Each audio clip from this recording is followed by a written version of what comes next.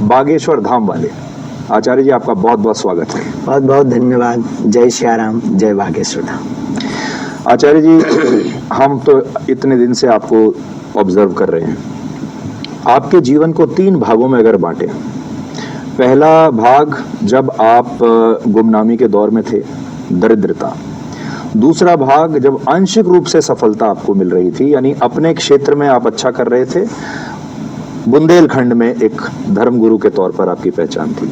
लेकिन ये जो तीसरा आपके जीवन में फेज है, ये हमें लगता है कि सबसे अभी तक अब आप you are shining like a bright star, मतलब आप एक तारे की तरह इस समय चमक रहे हैं। प्रारंभ से लेकर जीवन में अभी तक के लक्ष्य तक गुरु कृपा और हनुमान जी की कृपा है। इन सब का श्रेय बागेश्वर हनुमान जी और हमारे दाता गुरु जी को जाता है। यूँ कहें कि उन्होंने निमित्त मात्र हमें चुना है। अब वो सनातन के लिए कुछ करवाना चाहते हैं तो कर वह रहे, बोल भी वो रहे, बस करने वाले निमित्त हम दिखाई पड़ रहे हैं। तो पहले शायद हम अपने लिए मांगते थे, इसलिए सीमित थे।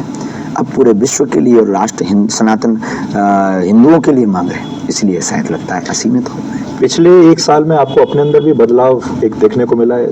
मैंने ब्लैक एंड व्हाइट में आखिरी बार कुछ महीने पहले जब आपसे बात की थी, उस समय में और आज के समय में भी बहुत अंतर आ चुका है। आपको याद होगा, आपका जो स्टेटस था उसमें भी बहुत अंतर आ चुका है। तो क्या आपको ऐसा लगता है उस समय में और अब में आपका जो सोच है, विचार है, उसका भी विस्तार हुआ है? जब आपसे प्रथम बार चर्चा हुई थी तब विवादों में घिरे थे, अब संवादों में घिरे।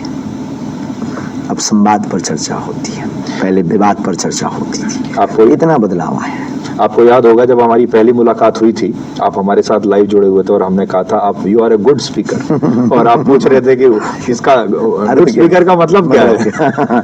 जी, तो हमारी अंग्रेजी बहुत जीरो है और हम बहुत ही ज्यादा पढ़े लिखे नहीं हैं, पर इतने पढ़े लिखे कि अपना काम चला लेते। तो उस दिन लोगों ने क्या बताया आपको जब आप पूछ रहे थे? बाद में बताया कि आप बहुत अच्छे वक्ता हैं, ऐसा लोगों ने आपके कहने के बाद। फिर हमने पूछा तो वो सामने खड़े हुए थे जो कैमरामैन, आपके ही कैमरामैन, आपकी टीम से हमने पूछा था। अच्छा। एक हमारी टीम के खड़े थे सदस्य, हमने पूछा कि you are a good speaker का अर्थ मतलब क्या होता है? उन्होंने कहा कि बहुत अच्छा वक्ता। तब भी हम कंफ्यूजन में थे, ये हमारे लिए कह गए या अपने लिए। लेकिन फिर बाद में जब हमको एक सज्जन ने समझाया तो हमारी समझ में आया। तो वो विवाद का विषय था, आज संवाद का विषय है। इतना बिल्कुल बिल्कुल। तो जब आप बहुत बड़े स्टार बनते हैं, स्टारडम आपके पास आ जाता है, वो स्टेटस जब आपके पास आ जाता है, उसकी चुनौतियां भी अलग अलग होती हैं। विवाद आते हैं, आप लगातार लोगों की नजरों में बने रहते हैं, छोटी छोटी चीजें आपकी नोटिस होती हैं। उस समय जीवन जीने का एक नया तौर तरीका अपनाना पड़ता है। क्या आपने भी अपने जीवन में कुछ बदलाव किए उसके बाद से? ऐसे बहुत ज्यादा बदलाव तो नहीं, क्योंकि हमने जो आपने बार बार एक शब्द को प्रयोग किया स्टार का, हमने इसको एक्सेप्ट नहीं किया। I am not star, superstar Shri Hanuman ji माध्यम हमने माना है। इसलिए हमें लगता है कि हमें अपनी मनमौजी को बहुत ज़्यादा बदलने की आवश्यकता नहीं, पर कुछ व्यवस्थाओं को बदला जिससे कोई हमारे बागेश्वर नाम का फायदा ना ले ले, कोई घोटाला ना करते, कोई लोगों के साथ दुर्व्यवहार ना करते। उन चीज़ों को कंट्रोल करने के लिए अपने आसपास के प्रोटोकॉल्स को, आसपास के नियम को थोड़ा सा सख्त कर दिया है। बाकी हमने अपनी निजी लाइफ में जो मनमौजी, जो फक्कड़पन, जो वही आह्लाद था, वो आह्लाद हमारा आज भी बना है और ईश्वर से प्रार्थना करेंगे ये सुमति बनी रहे। बहुत सारे लोग आज भी कंफ्यूज रहते हैं जो आपको मिले। आप असल में हैं क्या? आप धर्मगुरु हैं, आप कथावाचक हैं, आप ज्योतिषी हैं, आप कोई ऐसे व्यक्ति हैं जिसके पास कुछ सुपर नेचुरल पावर्स जिनको कहते हैं कि ऐसी कोई शक्ति है? आप क्या मानते हैं अपने आप को? मल्टी, जो जिस दृष्टि से देखे। हम कथा भी करते हैं, धर्म पर लोगों को जगाते हैं, तो धर्म के एक छोटे से सिपाही भी है। और स्पेशल पावर खुद पे तो नहीं है, पर बालाजी की कृपा से जो हमारी परंपरा में है, जो हमारी पीढ़ी दर पीढ़ी चल रही, उस स्थान पे है जो स्पेशल शक्ति जिसे कह सकते हैं। इसमें कोई संदेह नहीं, क्योंकि हमें लगता है कि हमारा जो आराध्य के प्रति भरोसा है, वो भरोसा भारत में हर जगह उस भरोसे की विजय हुई है, सत्य की जीत हुई है। तो निश्चित रूप से स्पेशल पावर है बागेश्वर धाम। 27 साल आपकी कुल उम्र है और 27 साल में आप हिंदुत्व के पोस्टर बॉय बन गए हैं। आप हमेशा से यही चाहते थे? बिल्कुल भी नहीं, एक सिपाही बनना चाहते हैं, आज भी हमारा सपना है। हमें कोई ब्रांड नहीं बनना है, हमें कोई पोस्टर बॉय उनको बनने की ललक होती है जिन्हें यश पाना हो, जिन्हें पॉलिटिक्स में जाना हो, या फिर जिन्हें उसके सदियों तक उस स्थान के नाम की आकांक्षा हो। हमारी ऐसी कोई निजी आकांक्षा नहीं, हमारी सिर्फ एक ही ड्रीम, एक ही लक्ष्य है, सनातन, सनातनी जागृति, सनातनी हिंदुओं में एकता। इतनी हमारी आकांक्षा, यही हमारा लक्ष्य, यही हमारा उद्देश्य है। तो हम अपने आप को पोस्टर बॉय भी हिंदुओं का नहीं मानते, बस इतना मानते हैं कि हम जगे हुए हिंदू हैं, हम जागे हुए हिंदू हैं। और ये अगर सबके अंदर आ जाएगा तो प्रत्येक व्यक्ति धीरेन्द्र कृष्ण बन जाएगा। आचार्य जी, आपने आजकल देखा होगा कि जो धर्म है, सत्संग है, ये भी एक बाजार में प्रोडक्ट की तरह बिक रहा है। इसमें इतने सारे लोग हैं जो सत्संग करते हैं, कथावाचक भी बहुत सारे हैं, धर्म गुरु भी बहुत सारे हैं, सबके अपने अपने अनुयायी हैं, सब लोग टीवी पे आते हैं, सब सोशल मीडिया पर हैं। आपको ऐसा लगता है कि धर्म अब एक प्रोडक्ट बन गया है? सदुपयोगता है मीडिया की, प्रोडक्ट नहीं है। ये मीडिया की सदुपयोगता है और जाना भी चाहिए। हमारे अध्यात्म को जन जन तक पहुंचाने के लिए धर्मगुरुओं की आवश्यकता है, आचार्यों की आवश्यकता है, ऋषियों की आवश्यकता है। और अगर वो विज्ञान का सहारा लेकर के ज्ञान का प्रचार कर रहे हैं तो जरूरी नहीं वो प्रोडक्ट हो। प्रोडक्ट सप्लाई होता है तो उसकी रेट फिक्स होते हैं, और जो रेट फिक्स किए उसके लिए प्रोडक्ट हो सकता है। परंतु जो अपने आध्यात्मिक ज्ञान को बांट रहा है विज्ञान का सहारा लेकर के, वो प्रोडक्ट नहीं, अब तो वो अपने धर्म, अपना फर्ज, अपने राष्ट्र और अपने सनातन के प्रति वफादार है। और अगर मैं कहूँ कि धर्म के बाजार में आप एक लेटेस्ट प्रोडक्ट हैं, तो आप कैसे जवाब देंगे? आई एम नॉट प्रोडक्ट, और हमारी कोई बोली नहीं है, हमारी कोई सेल्फ और एक काउंटर नहीं है, और हमने अपनी जिंदगी में अपने आप को न वस्तु समझा है न व्यक्ति समझा है, सिर्फ एक सनातनी व्यक्तित्व समझा है। आपने देखा होगा इससे पहले जो बड़े बड़े सेलिब्रिटीज हमने देखे, या तो फिल्म स्टार होते हैं, या खिलाड़ी होते हैं, या फिर कलाकार होते हैं जो बड़े बड़े कॉन्सर्ट करते हैं, बड़े बड़े आयोजन करते हैं। फिल्म स्टार्स को भी अपना प्रचार करना पड़ता है जब फिल्म आ रही होती है। बड़े बड़े नेताओं को भी पैसा देकर बसों में भर भर कर भीड़ बुलानी पड़ती है।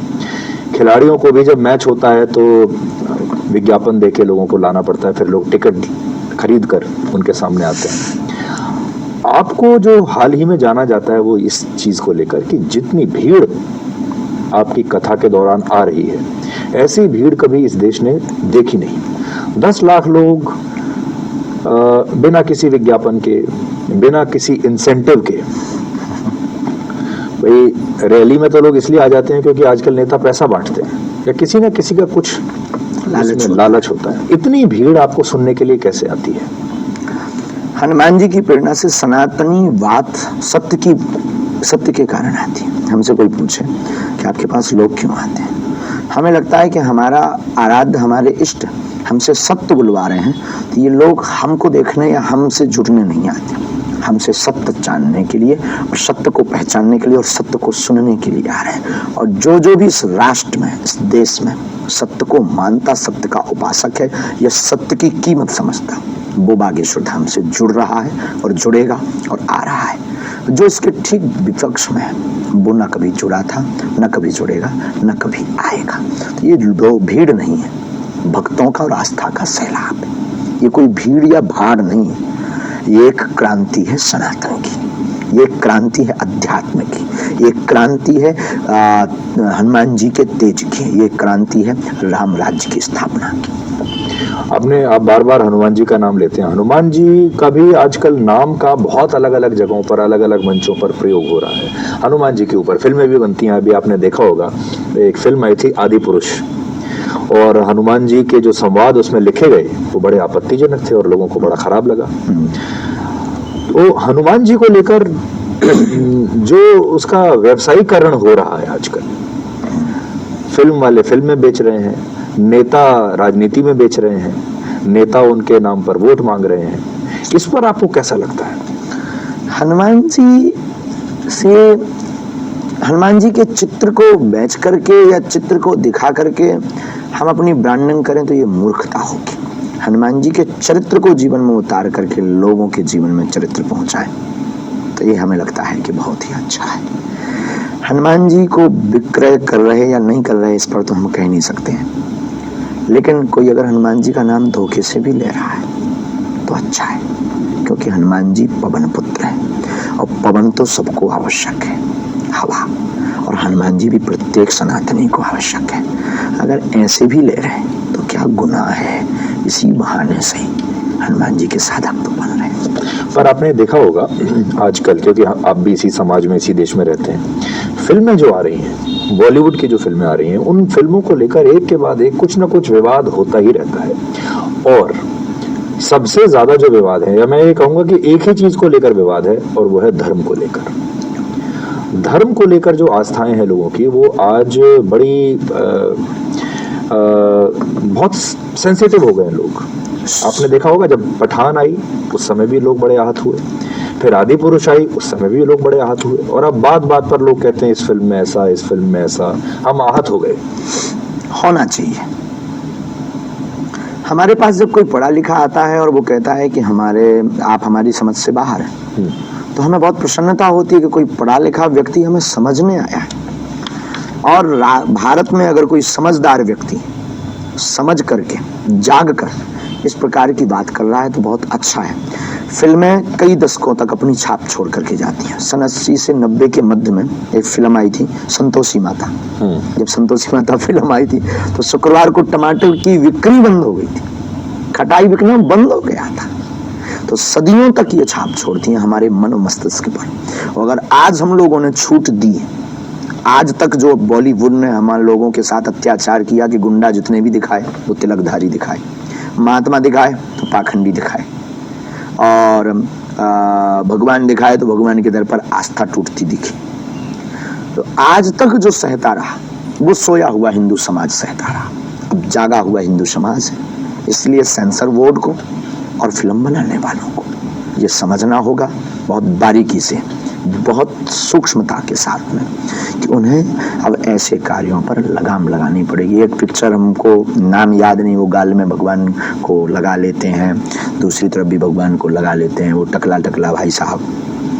ये वाहियात और फुहड़ हरकत है। धर्म मजाक का विषय नहीं है, धर्म अभिनय का विषय नहीं है, चित्र का विषय नहीं है, चरित्र का विषय है।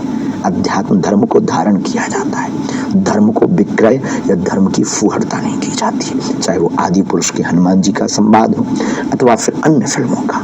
ये संवाद, ये चर्चा धारणा का विषय है, ना कि फुहड़ता का विषय। और हमें लग रहा सनातनी हिंदू जाग रहा, वो जवाब दे रहा, और शाबाश जवाब दे रहा। आप फिल्में देखते हैं? Last the Kashmir film files देखी। कौन सी? The Kashmir film files. अच्छा, द कश्मीर फाइल्स, वो आपने देखी? हाँ। कैसी लगी आपको? बहुत बेहतरीन। कोई जिगर भारत में ऐसे भी जिगर होने लगे जो सब दिखाने की दम रखने लगे। पठान नहीं देखी आपने? नहीं। पठान का आपने विरोध भी किया था। वो एक उन्होंने वो जो चीज चलाई थी उसको लेकर के हमने बोला। और न्यूज चैनल देखते हैं आप? बिल्कुल बेझिझक।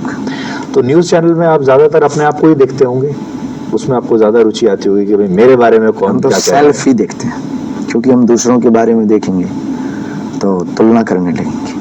इसलिए हमारे जीवन का एक मोटिवेट निजी विषय कि हम कभी भी कथा भी सुनते हैं, अपनी सुनते हैं। आचार्य जी, आपके फील्ड में भी, जैसे मैं अक्सर ये कहता हूँ, हर फील्ड में कंपटीशन बहुत ज्यादा है। स्पोर्ट्स में भी है, फिल्मों में भी है, हमारे अपने न्यूज चैनल का जो ये प्रोफेशन है इसमें भी बहुत कंपटीशन है। आपके फील्ड में भी बहुत कंपटीशन है, कथावाचकों के बीच में इतना कंपटीशन है, धर्म गुरु है, अलग अलग है। इस कंपटीशन में आप अपने आप को कहाँ देखते हैं? बाहर रखे हैं हम इस फील्ड से अपने आप को, क्योंकि धर्म या धर्म गुरु तुलना नहीं करता है, स्वीकार कराता है और करता है।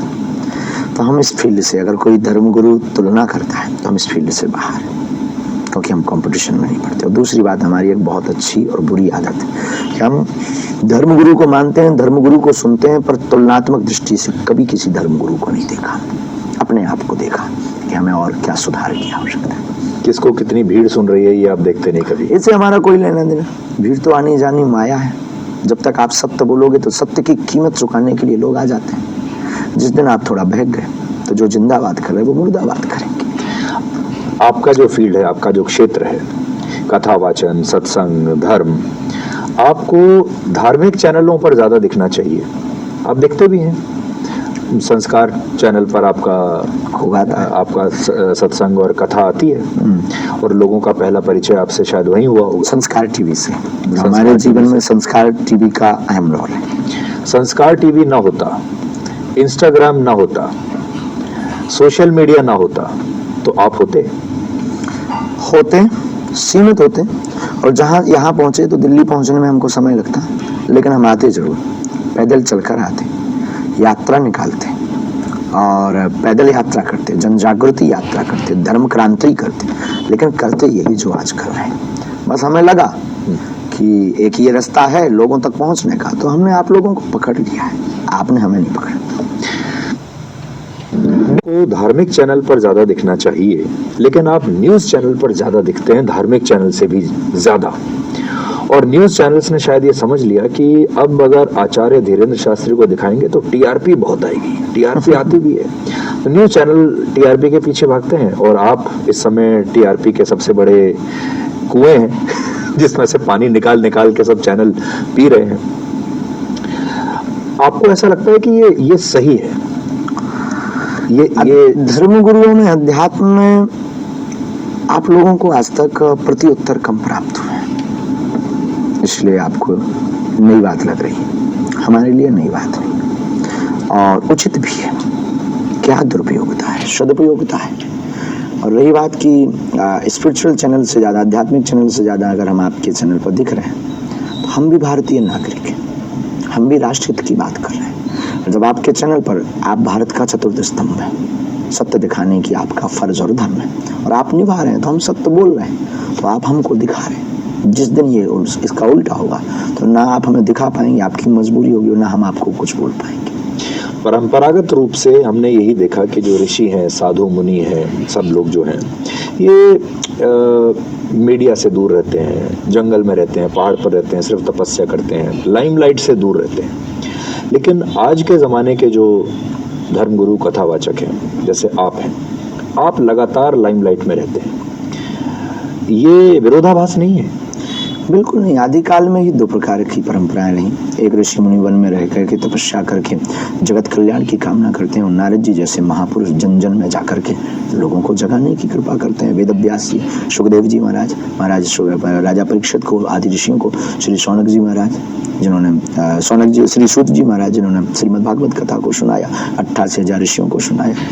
तो ये आदिकाल से कभी से ये विरोधाभास नहीं था। दो प्रकार के रास्ते रहे। एक, वन में जाकर आत्मबोध करके अपने आप को जान करके ईश्वर तत्व में विलीन हो जाना। दूसरा, ईश्वर से प्रेरणा लेकर के एको हम द्वितीयो नास्ति, इस भाव को जानकर यही लोगों को जगाने के लिए करना। तो ये आपके ऊपर चुनाव है कि आपको कौन सा रास्ता पकड़ना है। तो हमें लगा कि हम अपने आप को तो जान लेंगे तो इससे समाज का क्या भला, सिद्धि हमारे पास रहती और हम उसका सदुपयोग मंच पर ना करते, लोगों के सामने ना करते, तो उससे राष्ट्र का क्या हित होता? कुछ भी नहीं। अपना भर कर पाते, तो राष्ट्र के हित के लिए अगर ये कर रहे तो। ये भी कहा जाता है कि जो साधु संत हैं उन्हें राजनीति से दूर रहना चाहिए, सत्ता से दूर रहना चाहिए। लेकिन अब हम जब आपकी तस्वीरें देखते हैं तो अब नेता जो हैं अब आपके दरबार में आने लगे हैं, सब पार्टियों के नेता आपके पास आते हैं।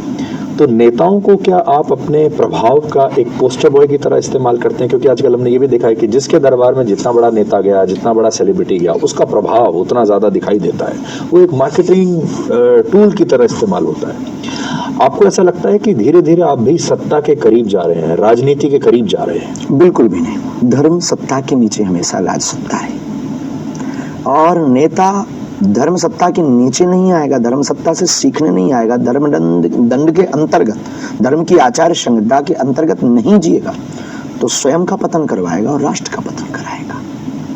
सत्य, बोध, दया, शीलता, क्षमा, ये धर्म सत्ता से ही सीखी जा सकती है और धर्म गुरु और आचार्य से ही, अपने गुरु से ही चरित्र को सीख। तो दिशा और दशा राष्ट्र की बदलने के लिए प्रत्येक राजनेता को धर्म सत्ता को स्वीकार करना चाहिए और धर्म गुरुओं के पास जाकर के गुरु ज्ञान लेना चाहिए। गुरु बिन होए ना ज्ञान।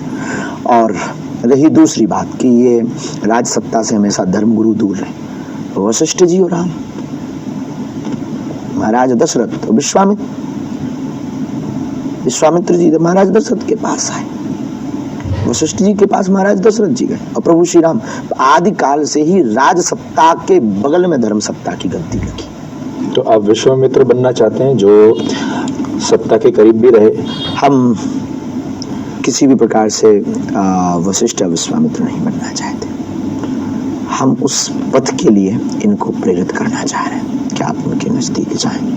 आचार्य जी, क्योंकि आप 27 वर्ष के हैं, देखने में बहुत अच्छे हैं, आवाज़ आपकी बहुत अच्छी है, बहुत प्रभावी ढंग से आप बात करते हैं, तो जाहिर है लोग आपके निजी जीवन में भी दिलचस्पी दिखाते हैं। सबसे ज़्यादा आपकी शादी के बारे में बात होती है, राजनीति में आपके प्रवेश के बारे में बात होती है। तो आपको अब राजनीति में प्रवेश के ज़्यादा प्रस्ताव आते हैं या शादी के ज़्यादा प्रस्ताव आते हैं? दोनों भी हमारे नज़दीक नहीं भटकते। माँ के पास विवाह वाले जाते हैं।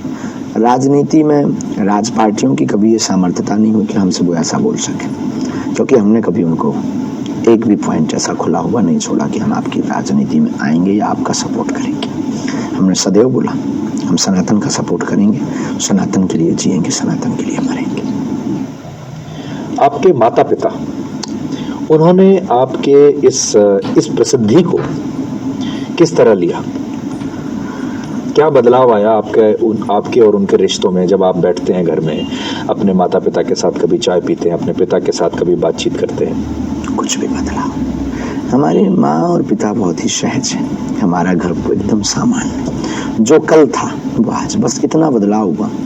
अभाव से प्रभाव आया, स्वभाव ज्यों का त्यों रखा।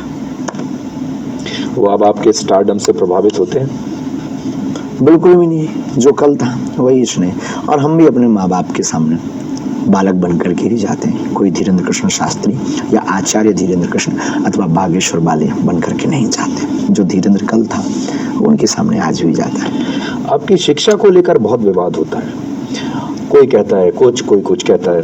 आप अपने आप को आचार्य कहते हैं, शास्त्री भी कहते हैं। अभी जो आचार्य और शास्त्री की जो पदवी है ये तब मिलती है जब आप बहुत उच्च शिक्षा हासिल कर चुके होते हैं। तो इस क्षेत्र में आपने कहाँ कैसे शिक्षा हासिल की? आपकी जानकारी वैसे सबको पता है। 12वीं हमने रेगुलर की, बीए हमने प्राइवेट की। तो बीए होने के बाद में, प्रतिमा होने के बाद शास्त्री तो बनती है। आप अभी हमारी जारी है पढ़ाई। अच्छा, अभी आप क्या पढ़ रहे हैं? एमए की तैयारी। अच्छा, तो थोड़ा लोगों को बताइए किस विषय में आप एमए कर रहे हैं, मास्टर्स कर रहे हैं, किस विषय में करेंगे? उतना अनुभव अपने राम जी को भी है नहीं। लेकिन एमए आप करना चाहते हैं। भाई एमए बहुत तरीके, सोशल साइंस में हो सकता है, राजनीतिक विज्ञान में हो सकता है, पॉलिटिकल साइंस में हो सकता है, भाषा में हो सकता है। किस आपकी रुचि किस में है? अध्यात्म में भी हो सकता है। संस्कृत और हिंदी में आप करना चाहेंगे? वैसे बीए भी हमने संस्कृत को प्रमुख रूप से लेकर के किया। अच्छा, लोग आपको आचार्य कहते हैं, शास्त्री जी भी कहते हैं, लेकिन महाराज कहलवाने में आपको बहुत अच्छा लगता है। यस। आपका भी आप चाहते हैं कि लोग आपको महाराज कहकर बुलाएं। हमारे गांव में महाराज जी, ये हमने बचपन में सुना। कोई फीलिंग नहीं है, बस वो पुरानी याद आ जाती, कोई नया उसमें कुछ तथ्य जुड़ा नहीं। गांव के लोग महाराज जी, महाराज जी। तो ये महाराज जी जो हमने सुना है वो याद क्लिक कर जाती है, तो हमें सुनना पसंद है। तो आज आप आज तक के दर्शकों को बता सकते हैं कि आपको कैसे पुकारा जाए? कोई बाबा कहता है तो हमें बुरा लगता है। अच्छा, तो बाबा आप नहीं चाहते कोई आपको? नहीं, हम क्योंकि सन्यासी नहीं, हमने कोई सन्यास धारण नहीं किया। हमने किसी भी साधु की लंगोटी नहीं पकड़ी। वेशभूषा दिखाई देने में हमारी जो भारतीय परिधान है वही है, सामान्य है। तो हम कोई सन्यासी, कोई महाराज जी कहें, आचार्य कहें, हमें बहुत पसंद। अगला इंटरव्यू जब हम आपका करेंगे तो आपको क्या कहकर बुलाएं? महाराज जी ही बुलाइए, तो बहुत प्रियता। फिर आचार्य शास्त्री जी चलेगा, बाबा बिल्कुल नहीं चलेगा।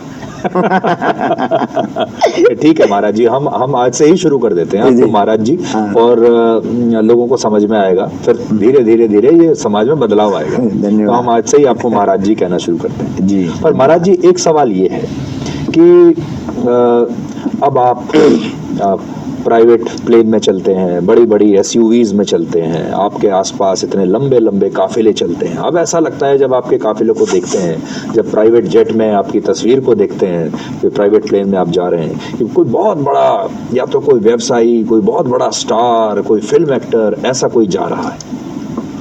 फिल्म एक्टर से अध्यात्म की तुलना नहीं की जा सकती, अध्यात्म की सिपाही की। दूसरी बात, कोई भेजता है, हम चल पड़ते हैं, अपनी खुद की कुछ होती है।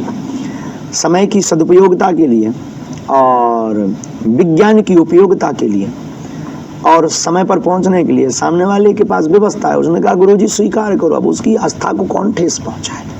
वो बड़ी श्रद्धा से बोलता बेचारा, बड़ी श्रद्धा से भेज देता है।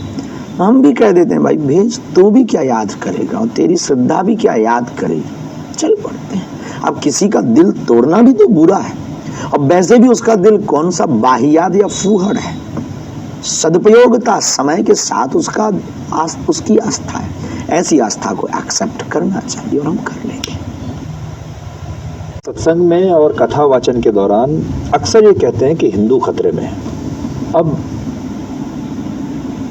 दूसरी तरफ लोग ये कहते हैं मुसलमान खतरे में है। मुसलमान पूरे दुनिया में ये नैरेटिव बना रहे हैं कि मुसलमान भारत में खतरे में है। खतरे में है कौन, हिंदू खतरे में है या मुसलमान खतरे में? और दोनों कह रहे हैं हम कि हम खतरे में। हिंदू खतरे में इसलिए है कि 80% होते हुए भी ये स्थिति है। जिस दिन 50-50 हिंदू हो गया, कहीं कश्मीर ना हो जाए, कहीं पाकिस्तान ना हो जाए, तो हमारा कहना तो फैक्ट है। अब उनका कहना कितना फैक्ट है वो खुद जाने, क्योंकि जो पाकिस्तान है, पाकिस्तान में हिंदुओं की स्थिति बहुत विचित्र है। यही शरणार्थी हैं आपकी दिल्ली में, पाकिस्तानी हिंदू, 300 से ज्यादा परिवार यमुना के पास। उनके एक दो बच्चों को हम मिले और हमने स्थिति देखी, उनकी बहन बेटियों की इज्जत लूट ली, वो बेचारे रोते हुए यहाँ डले।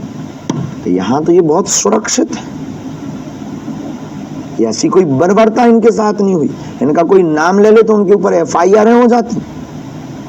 और ये तो पथराव कर रहे हैं, ये तो साक्षी जैसे कांड कर रहे हैं, ये तो भारत के संतों को सॉफ्ट टारगेट बनाते हैं, ये तो हमारे लिए FIR की मांग तक करते हैं, ये तो गजवाए हिंद चाहते हैं। अब विषय बुद्धिमानों को, पढ़े लिखे लोगों को यह समझना चाहिए कि खतरे में है कौन। 80% होते हुए हम अपने राम के राज्य में राम की यात्रा नहीं निकाल पाए। 80% होते हुए राम की जन्मभूमि के लिए कई साल अदालतों पर माथा रगड़ना पड़ा। खतरे में हिंदू है कि मुसलमान, ये बुद्धिमान लोग निर्णय लें और हमारी भावनाओं को समझें कि हम हिंदू खतरे में क्यों कहते हैं। क्योंकि हमें भविष्य का हिंदू, भविष्य का हिंदुस्तान दिख रहा है 10 से 15 साल का। आज अगर सनातनी, हम तो अपने प्राणों की बाजी हाथ पर लगा करके बोल रहे हैं ना, तो आई एम नॉट पॉलिटिशियन, हम कोई राजनेता नहीं है, ना हम कोई बहुत बड़े बिजनेसमैन हैं, ना हमारी कोई निजी कोई खुद की पार्टी है कि हम बहुत बड़े गेम चेंजर हैं। नहीं, हम एक धर्मगुरु हैं और हमारे पास जो चेतना, जो शक्ति और जो साधना है, उसके बल पर हमें भारत का 10 साल का भविष्य दिखाई पड़ रहा है कि हमारा भारत किस परिस्थिति में जाएगा। आपके दरबार में आने वाले लोग सारे हिंदू ही होते हैं या कोई मुसलमान भी आपके दरबार में? सभी आते हैं हमारे। और अगर कोई मुसलमान आए, जैसे हमने देखा बांग्लादेश से एक महिला आपके दरबार में आई थी, तो आप हिंदू और मुसलमान में भेदभाव करते हैं? बिल्कुल भी नहीं, हम सिर्फ मानव जानते हैं, इंसान है। लेकिन जब वो हमारे ही अध्यात्म के ऊपर उंगली उठाने लगते हैं, हाथों में पत्थर ले लेते हैं, तब हमें समझ में आ जाता है कि ये इंसान नहीं, ये रावण का खानदान है। बस इतना भेदभाव है। संबोधन के लिए मुसलमान, हिंदू, ईसाई, पर हमें तो रावण के खानदान का नजर आता है। और बांग्लादेशी बहन भी आई तो हमने धर्म परिवर्तन नहीं कराया। हमने क्या कहा, बहन तुम वहीं रहो, बस हमारे राम को स्वीकार करो। ये हमारा सनातन है, इतना सॉफ्ट। ये मौका अगर किसी और को मिलता तो क्या वो छोड़ता? नेवर। हमारे देश में मुसलमान असुरक्षित हैं, ये कहने वाले भी आधे हिंदू ही हैं। ये कहने वाले बहुत सारे नेता जो दुर्भाग्य वो हिंदू ही हैं। सुप्रीम कोर्ट में अर्जी लगाने वाले हिंदू ही हैं। विदेशी मंचों पर सवाल पूछने वाले भी बहुत बार हिंदू ही हैं, और अखबारों में लिखने वाले भी हिंदू ही हैं। तो हिंदू जो है वो डिवाइडेड है, बटा हुआ है। आपने देखा होगा, हिंदू ऐसा है, वो बजरंग बली के नाम पर भी पूरा हिंदू समाज एक साथ वोट नहीं डालेगा। उसमें भी लोग बटे हुए हैं, अलग अलग। हिंदुओं में भी अलग अलग विचारधाराएं, अलग पार्टियां, अलग विचारधारा। इसको आप कैसे एक साथ एक करेंगे? सनातनियों को एक करने के लिए ही हम निकले। चाहे पंथ अनेक हो, पर हम सब हिंदू एक हो। ये दिमागी साइकोलॉजी में हमें भरना है। इनको ये जो साइको बीमारी हो गई है, इसी के उपचार के लिए तो हम काम कर रहे हैं कि सबसे पहले हम सनातनीय वैदिक हिंदू हैं, बस। और हम उस आराध्य के उपासक हैं। ये राम का राष्ट्र है। अब जो आपने कहा कि मुसलमान खतरे में या याचिका दायर करते हैं, ये हिंदू ही है, यूं कह सकते दुर्भाग्य से वो हिंदू है। बस समझदार को सारा काफी। मैं आज कुछ आंकड़े लेकर आया हूं। ये आंकड़े हैं धर्म परिवर्तन के आंकड़े, 2015 से 2020 तक, 5 साल के। ये आंकड़े कहते हैं कि अगर आप मुसलमानों को देखेंगे तो इसमें 13 लाख मुसलमान लोगों ने 13 लाख लोगों ने इस्लाम को अपनाया 5 साल में, लेकिन हिंदू धर्म को सिर्फ 30,000 लोगों ने अपनाया।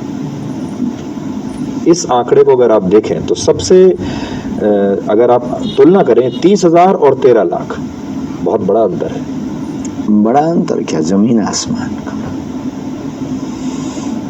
बस इसीलिए तो हम जी रहे हैं। आप हिंदू राष्ट्र की बात करते हैं। हिंदू राष्ट्र तो नेपाल भी था, लेकिन नेपाल ने भी अपने आप को बदल लिया। तो हिंदू राष्ट्र की आप दुनिया में कोई आज की व्यवस्था में कोई जगह देखते हैं? जब हम 80% हिंदू हैं तब भी इतने विवाद हैं। अगर हिंदू राष्ट्र बन भी गया भारत तो बहुत विवादों में आ जाएगा। बिल्कुल भी नहीं, विवाद शून्य हो जाएंगे। हिंदू राष्ट्र कागज पर नहीं चाहिए, दिलों में चाहिए। तो आप संविधान में कोई बदलाव की मांग नहीं करते हैं? जब दिलों में होगा तो संविधान में भी बदलाव होगा। बदलाव होगा तो हिंदू राष्ट्र की स्थापना कागजी रूप से भी होगी, लेकिन हमें सबसे पहले दिलों में चाहिए। महाराज जी, आपने देखा होगा इससे पहले जो ट्रैक रिकॉर्ड हम देखते हैं, जैसे जैसे हमारे देश में साधु संत ज्यादा खबरों में आने लगते हैं, ज्यादा उनका प्रचार होने लगता है, उनके बुरे दिन शुरू हो जाते हैं, विवाद शुरू हो जाता है। आसाराम बापू आप देख लीजिए, बाबा राम रहीम देख लीजिए, और पहले अगर जाए इंदिरा गांधी के ज़माने में तो धीरेन्द्र ब्रह्मचारी कितने विवादित रहे। कभी आपको ऐसा डर लगता है कि आप क्योंकि इतने ज़्यादा खबरों में हैं तो विवादों में भी बहुत जल्दी आएंगे, पतन भी बहुत जल्दी शुरू हो सकता है? बिल्कुल हो सकता है।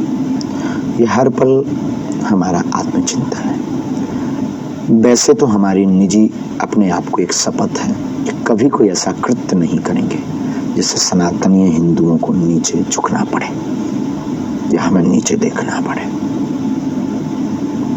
उसके बाद प्रायोजित ढंग से षड्यंत्र करके कोई कर दे तो राम जी बचाएं।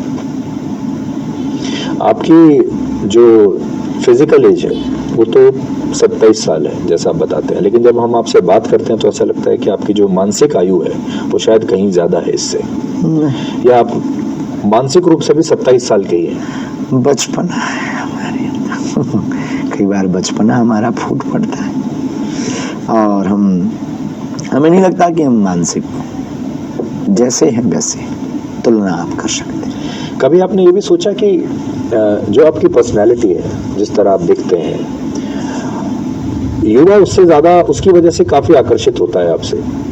नहीं, आप एक बहुत ट्रेडिशनल साधु संत की तरह नहीं दिखते। हाँ दाढ़ी मूछ भर की कमी है, बाकी कोई कमी नहीं है। अभी 5-7 साल के बाद, 10 साल के बाद आप सोचते हैं आप भी लंबी दाढ़ी रखेंगे, लंबे लंबे बाल रखेंगे, ताकि आप नहीं, पारंपरिक रूप से एक साधु संत की तरह नजर आए, फिर भगवा कपड़े पहनने शुरू कर दें। नहीं, भगवान तो हम अभी भी पहन लेते हैं, लेकिन ऐसा कोई हमारा सपना नहीं है। बाल बड़े कर लें बात अलग है, दाढ़ी मूछ का हमारा ऐसा, क्योंकि हमें बाबा बनना ही नहीं है, हम तो बाबा कहलवाना बंद कर रहे हैं। तो आप अपनी पहचान किस तरह आगे बनाना चाहते सनातनी सिपाही की जो पहचान है यही बने रहने दीजिए, काहे को बदलाव करवाते हो आप। आप कभी ये देखते हैं कि आपके पास आपके फॉलोअर्स कितने बढ़ रहे हैं? इंस्टाग्राम पे बागेश्वर धाम को लेकर 1 करोड़ से ज़्यादा हैशटैग चल रहे हैं, और कितने आपके वीडियो, कितने आपके क्लिप्स चलते रहते हैं? नहीं, ये तो क्रांति है, लोग आते जाते रहेंगे। नदी बह रही है, कितने घाट धुल रहे, ये घाट समझे। जो किनारे पर घाट मिलते हैं वो अगर धुल रहे हैं तो वो अपना परिचय अपने पास सेव रखें। हमारा कोई ऐसा निजी है, हम बायोडाटा नहीं रखते कि कितने घाट धुल चुके हैं। हमारा तो लक्ष्य ध्येय समुद्र में मिलना है, सनातन को एक करना है। आजकल आपने देखा होगा रील्स का ज़माना है, वीडियोस का ज़माना है। लोग केदारनाथ भी जाते हैं तो वीडियो बनाने जाते हैं, रील्स बनाने जाते हैं। और बहुत बार अब ये मुद्दा हमने भी उठाया था कि जब आप मंदिरों में जाते हैं, खासतौर पर केदारनाथ, बद्रीनाथ, तो आप आस्था की वजह से जा रहे हैं या रील्स बनाने की वजह से जा रहे हैं? इस पर आपको क्या लगता है?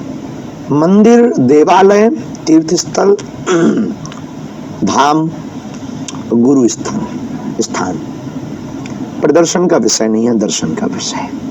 वहां चित्र मत खींचो, परमात्मा का चरित्र खींचो।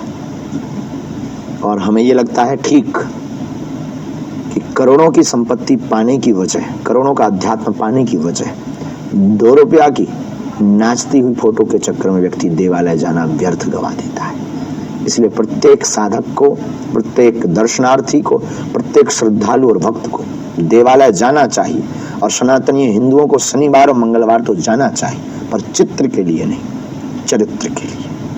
और ठीक ये उसी प्रकार बाधा है जैसे सूर्य के सामने काले घने बादल आ जाते हैं, वैसे ही आजकल दर्शनार्थियों के सामने मोबाइल आ जाता है ईश्वर के दर्शन के लिए। आप मोबाइल फोन रखते हैं? यस।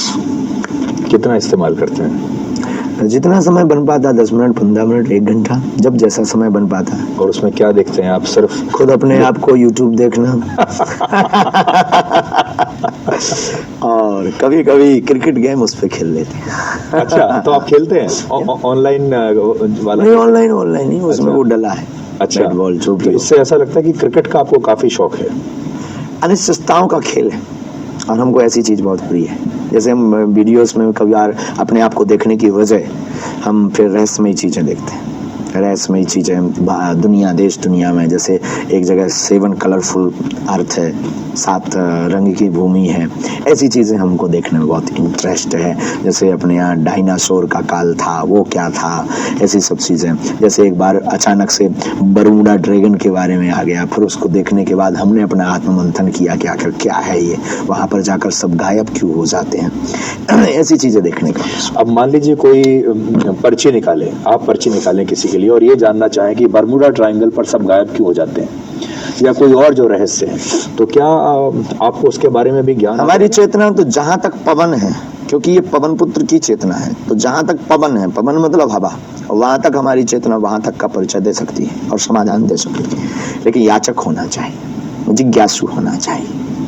आपसे इतने सारे लोग आते हैं पर्ची निकलवा के सवाल पूछते हैं, कितने लोग ऐसे होते हैं जो सिर्फ अपने और अपने जीवन के बारे में पूछते हैं? 98%। और कितने ऐसे लोग होते हैं जो समाज, देश या कोई और बहुत बड़ा रहस्य हो जिससे कि लोगों का फायदा हो? 1% ओनली 2% ऐसे लोग। 98 स्वाहित, परिवार का हित, व्यापार का हित, कारोबार का हित, बाकी 2%। ये 2% क्या पूछते हैं? 2% में आते हैं समाज, सनातन कब एक होगा, हिंदू राष्ट्र कब होगा, और ये जो विवाद है, ये विवाद कब निपटेगा, इंटरनेशनल मुद्दा उसको लेकर के, भारत की बेरोजगारी कब जाएगी, भारत में क्या सुधार करना चाहिए कि जिससे भारत विश्व गुरु पुनः बन जाए। ये सिर्फ 2% लोग आते हैं।